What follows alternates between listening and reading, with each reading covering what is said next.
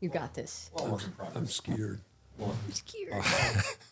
You're scared. All right, so we are here for episode number 2, I think, if we publish them in the right order. I am with Miss Camary, my co-host. Hello. And our guest today, Mr. Clarke. Good afternoon. And if you watch episode 1, you heard us ramble a lot. Little. More you than me. Probably. We're figuring things out a little bit. Tentatively, right now, we're still working on names for this podcast. Been told maybe you can get here from there.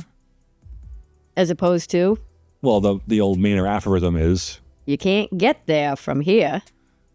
which is awesome. Not bad accent. That is true in a lot of cases in Maine. You just can't get there Well, not unless you want to go around mountains or Well, that's the fun part. under find the next under bridge. things. Right. Yeah. And of course, we've all gotten here from wherever there was. That's right. So, Mr. Clarke, how'd you get here? That's a long story. We're rolling. We're ready for one. I got here because the shop teacher before me decided to step aside and look at other opportunities. So it turns out there are not a lot of shop teachers around. And I was contacted by Melissa Gagnon and Marco Alberti, and they persuaded me to come out of retirement and keep the lights on in the shop. So that's the short story. The short story. Yeah. But the longer story goes, my first degree was in sculpture, and so I went to art school, and all through that time I did carpentry work. And so after art school, I continued doing carpentry work and working on historical renovation stuff. That's cool. And did pretty well with that, but was looking for something else, something a little more technical. And so I hit on the teaching thing and ended up having to go back to school. So got a second degree in technology education. And that began my teaching career. How long had you been in the private sector before you went back to school to work in education? Yeah, probably about 6-7 years. Mm-hmm. And, the trade thing was working out okay, but I just felt like there were other stuff I wanted to get done. Wasn't quite sure what that would be, but I was looking for ways to combine my art stuff and also the more traditional craft related stuff that I was doing with the historical renovation work. So I hit on, possibly being a shop teacher. And we're looking for programs. I found an excellent program in New Jersey, and talked to the people there, and they said, "Sure, love to have you. Sounds good." And ended up doing a second degree in 2 years, and popped out. Got my first teaching job in New Jersey, and did that for a couple of years, and then to Maine. Taught in Brunswick for 27 years. Oh, wow. And got the program through COVID, which really was a challenge for me because it's all obviously hands-on stuff, and but kept it going. But that kind of used me up, I will say. Yeah. It was a lot of fun. Yeah. As you recall. Yeah. So Sure do. yeah, and so I bowed out and did some other stuff, got back into the carpentry thing, and that's when Marco and Mel reached out and said, "Hey, would you consider?" Plucked you back out of things. Yeah, what do you think? And came by, took a look, thought I could, maybe help out, move the program along, keep everything going, and, hopefully make a good impression. So Very cool. When you say sculpture, so let's just a couple of things. I'm thinking about kids having questions and other faculty having questions too. What kind of things were you looking for sculpture? Like what kind of mediums? What's that look like? well, I got to play with all kinds of stuff. So I did foundry work on one end, and, so casting metal, and on the other end, much more, actually, also in the hot shop. So I learned how to blow glass. Oh, very cool. And got pretty good at that, and ended up, I spent a good chunk of the summer in France blowing glass. Oh, wow. That was super fun. But my work became a little more conceptual, a little more. So I started playing with laser light, and at the time computers were brand new, and so looking to incorporate some of that. So when I say my work I started to become intrigued by more technical things. That's kind of, more technology. Mm-hmm. That's what I mean. So that was kind of what was driving my desire to try something new. Nice. And then you mentioned also historical renovation. I've watched my share of This Old House, so I know some stuff, but for those people who don't know, what is historical renovation? Historical renovation is taking an older house or an older building or whatever, and essentially refurbishing it. And some elements you're going to want to try and keep, and some elements you're going to want to try and update. And so when I went to my first degree was in sculpture, as I said, that was in the University of South Carolina. So there were a lot of older buildings, in some cases pre-Civil War buildings, that were being looked at, evaluated, and in some cases renovated.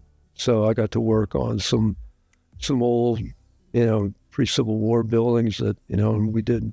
Was that while you were in school? While In you school were in and your after, degree? once I Yep. graduated, I continued working along those lines, and had a good run. It was good. It was interesting. Yeah.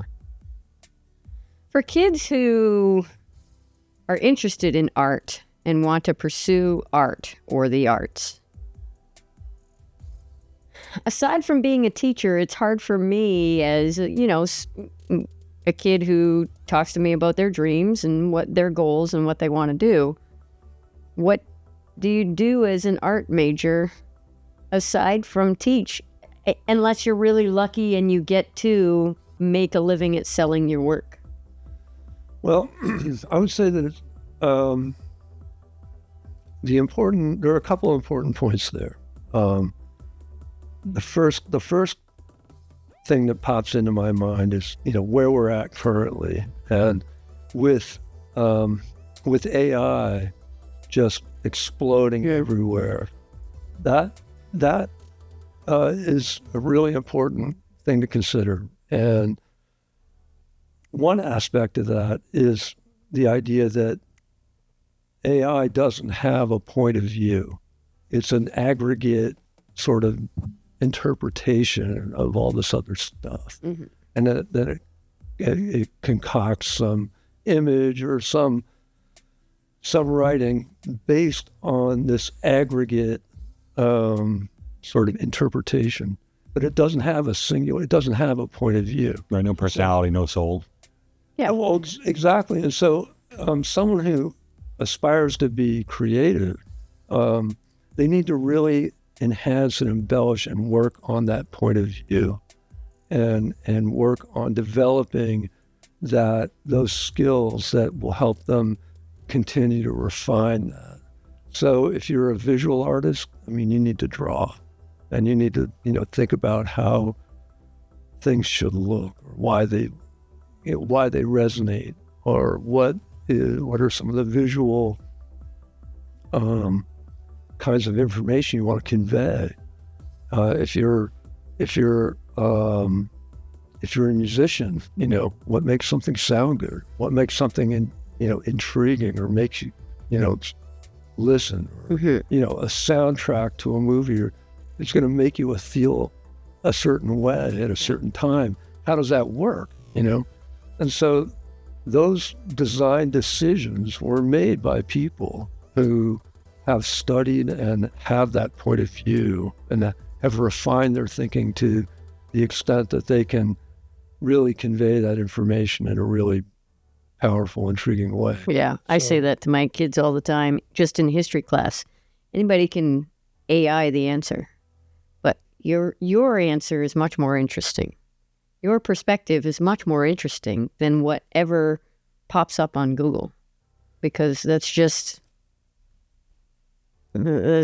what you said. Like, it's just the computer just putting everything together into one generalized statement. The idea that I think to be authentic. When I see student work, right? If I look at it and I see and I understand the process and why they did what they did, and what they were hoping to,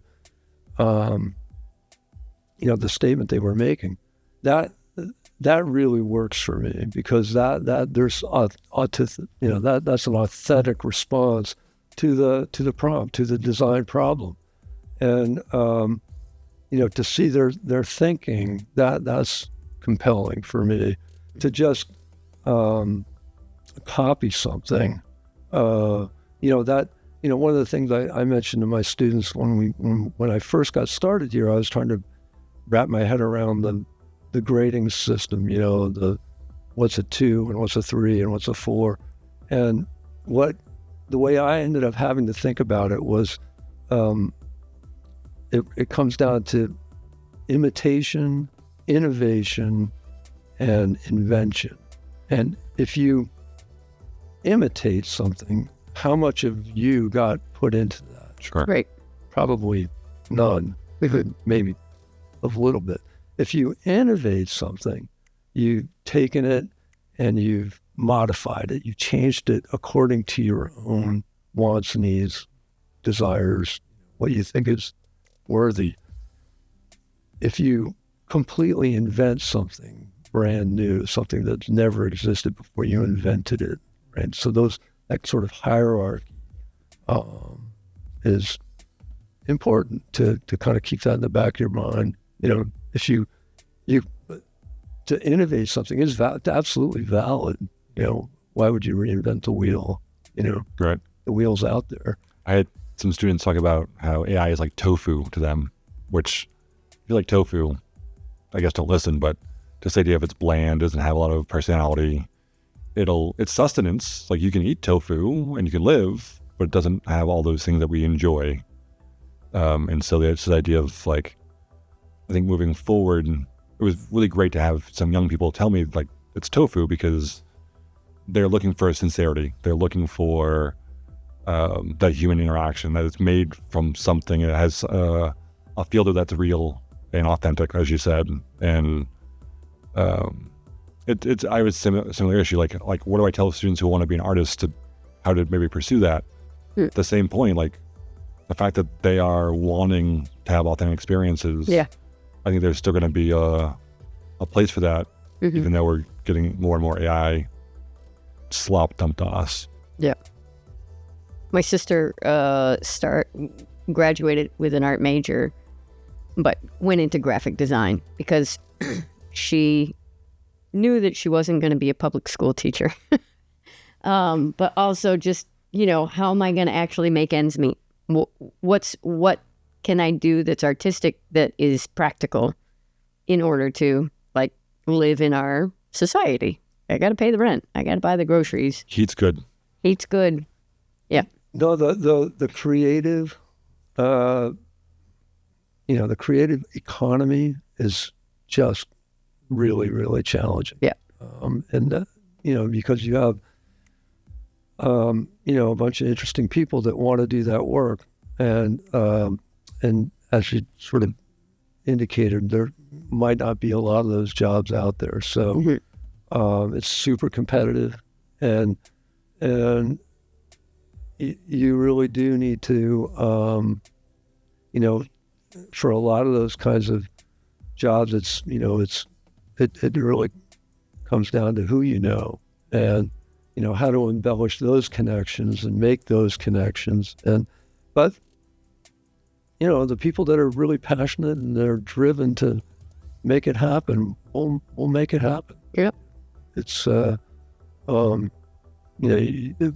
it will be, there will be challenges, and the people that rise to those challenges, they'll begin to separate themselves out and make the changes that they want to make. So, yeah. I'm curious what you wrote on your shirt. What does it say? My journey to Oak Hill includes. I built some racing. I used to race motorcycles.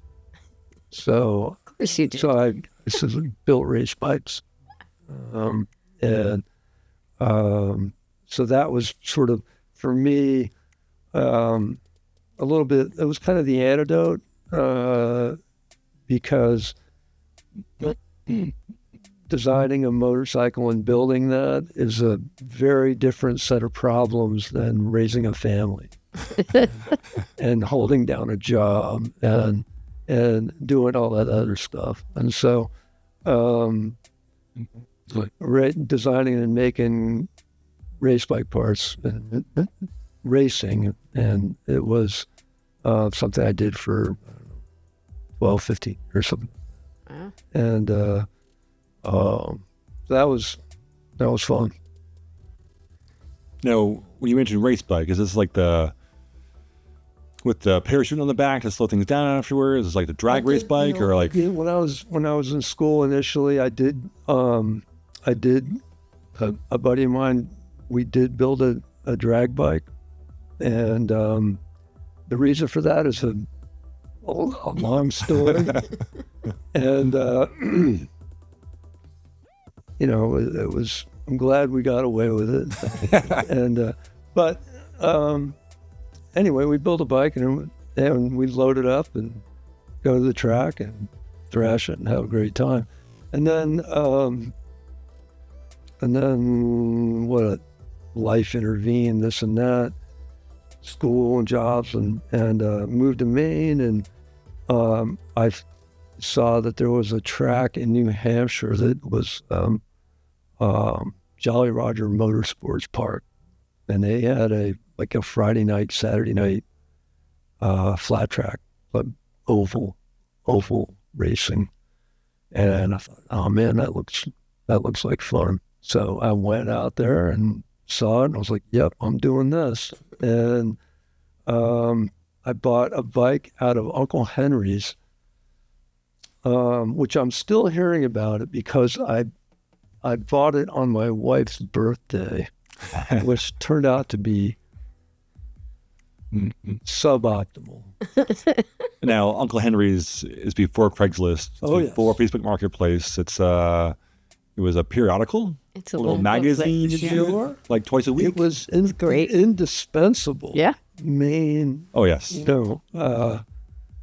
There's still a radio show up in like the Millinocket region where they will read Uncle Henry's stuff, or it's like they don't read Uncle Henry. It's like an Uncle Henry's where they will say so and so has this for sale, or best offer, or so and so is willing to trade this for that. So I was working on our first community. I was working on it, and I was into a job that I needed help, and I called a buddy of mine, and from New York, had him come up and said, how about a working vacation? And he was like, sure, all in. So he came up from New York, and we had the house to ourselves, and we're doing, I don't even remember what we were doing, but we're working on our first place, and at the end of the day, we're getting cleaned up, and I hear him yelling at me from across the house. I was He's like, where's Union? I was like, Union's, it's an hour, it's an hour. It's like 20 check-ins. You catch him, you got him. And he was reading my Uncle Henry. great. So I was like, absolutely not. Yeah. But that's Uncle Henry's. Yeah. I think you can still get him, can't you? I think so. I haven't had a reason to find out. I think you can. Check your convenience store counter. It'd be a sad thing if it wasn't available. I used to love in the back sometimes, or you'd have people advertise like. You tear the back cover off and you mail it in, and that would be your ad. That would be right. your But people would still though at points like be like, I'll give you five free ads for $5 or whatever, because they sell people other covers or whatever. I guess people wouldn't know that they could use it as a cover for their ad. That was like currency back in the. Oh yeah. Well, I remember my dad would get up. He'd go get a coffee and make sure he came back with his Uncle Henry's twice a week. Absolutely. How'd you do it? Yep. Anyway, so I got a bike for $350. I worked on it, cut it up, welded it up, went racing, and then it was bikes after that. And the last one I did was a Yamaha RD350. That the best I did was I went to a national race in Cuddybackville, New York, and I got a 4th. Wow, thanks. So I was the best of the rest. Hey, it's fun though, and it's a way to enjoy time out of work and do all the things you need to do to rest and restore. It was just an interesting set of problems to try to wrap my head around. And also, just the riding and the racing aspect is really interesting and fun and challenging, and the feedback was instantaneous. I'm sure. So when it was good, it was really good, and when it was bad, it was really bad. Can you point to, because one thing I actually said it today in a meeting.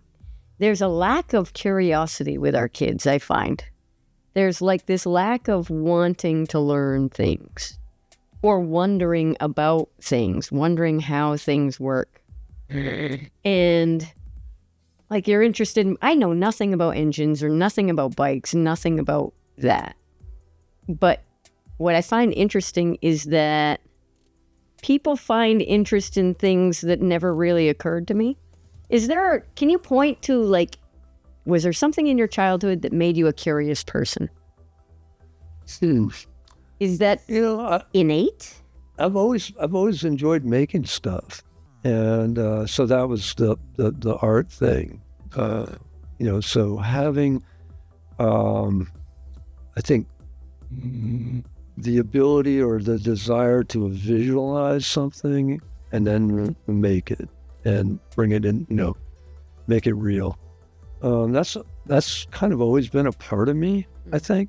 I don't think I could point to a circumstance or something that made me think, oh wow, that would be really cool if I started thinking this way or doing this thing. Well, yeah, no, I'm just trying to think of like, because growing up in my house, I'm the youngest of 6, and it was always very competitive in terms of like knowledge or quickness, wittiness, that sort of thing. So you always had to be thinking on your feet all the time in my house. Mm-hmm. You know what I mean? So I feel like that has kind of sharpened my responses to people. I'm very quick to respond. I'm very like, you know what I mean? So I didn't know if like, was there creativity in your household already? I'm the oldest of 4, and I think just in terms of the family dynamics, I mean, that seemed to be kind of like my part to play. Was the art. I was the arty kid. Mm-hmm. But to your earlier question, I mean, I think that being curious is essential. It's looking for and trying to understand the whys and the wheres and the whats. That stuff needs to get figured out. And It's hard to teach. I'm struggling with how to like get kids to want to ask. And I agree with you. It is a challenge. It's for me, I'm just trying to pose good questions and hopefully be resourceful enough so that I can help the kids sort of discover an answer for themselves. That's a good day for me. So we plucked you out of retirement. What were you discovering during retirement? Retirement was, hard and super fun at the same time, because I had never really, when I got into teaching, I didn't plan to make it a career. I didn't make, I figured, I'll do this for 5, 6, 7. And then bam, and something else will present itself, and I'll jump on that. But that's not how it turned out. I really enjoyed being a teacher, and really enjoyed the challenge and the opportunities to do something new every year, and just help kids sort of achieve at a level that they didn't think they could. Mm-hmm. So I began to identify as, I'm a teacher. And so when I retired, not having that was that was a pretty big hole, really. And I didn't realize at the time, but that was a big deal for me, just, psychologically. That was heavier than I thought it would be. And so when this opportunity came up, like, okay, I think I've got a couple more years in, and so that got folded into the equation. Sure. Yeah. Yep. Find myself doing that sometimes with my husband or my family, and something comes up and I'll say, and then the teacher me comes on and I'm just like, why? They don't need to hear me. I don't know. It's just I think there are some professions that end up just becoming a part of who you are, yeah, and the way you present yourself, and you just slip back and forth. Yeah. Mm-hmm. Yep. It's not for everybody. No, it's not. And it's an incredibly important job, I think. And a good day is the best job in the world. Bad day will have you combing the class of dogs. But thankfully, those don't happen very often. And so I've been very fortunate in that regard. And I've had a lot of support. I've had a lot of, if I had an idea or about a class or how to do it, or I've always had a lot of support, and Oak Hill's been no exception. I've come in and said, well, I think we should do this or that, or it's like, go ahead, go for it. Yeah, and that's good. So I've had a lot of latitude, which makes it fun for me. Sure. I'm not, I get to, like the studio. This is, this is your sense of, wow, we should do this, and we should have this facility, and we should be able to do these kinds of things. With some help from Mr. Clarke, with the green screen. Yeah, that's just one little piece of it. But, but the point is, you had the vision, and you had the latitude, and you got the green light, and so here we are. That's a pretty cool thing for the year. That's one of my successes this year, definitely. Didn't think you'd mention that, but yeah, thanks. I forget about it sometimes. So next year, we talked about a little bit last time, like we're teachers now, but we're still figuring out things, and who knows what the future is. Certainly people come here as you did with a private sector job, Do people know what private sector and public sector are? I don't know. I hope so. Do you want to explain it in case they don't? Well, the private sector is, capitalism at its finest. It's private, privately owned industries. People own companies. Yeah. Public sector, that's your taxpayer funded Government stuff. things. Yeah. Where there's, a lot of red tape in trying to buy books for kids, for example. Yeah. Or just fine budget stuff. Yeah. Yeah. So you've been private sector before. You've done this long teacher career. You retired once already. What's next for you? Well, I'm going to play my instruments some more. I'm going to be Which instruments? I play bass. So get to do that a little bit more. Love to travel. I'm going to be in Belgium this summer. Going to be riding the motorcycle up into Nova Scotia and bombing around there, checking that out. So never been to that part of the world. That'll be fun. Going to go, when there's waves, I'll be surfing.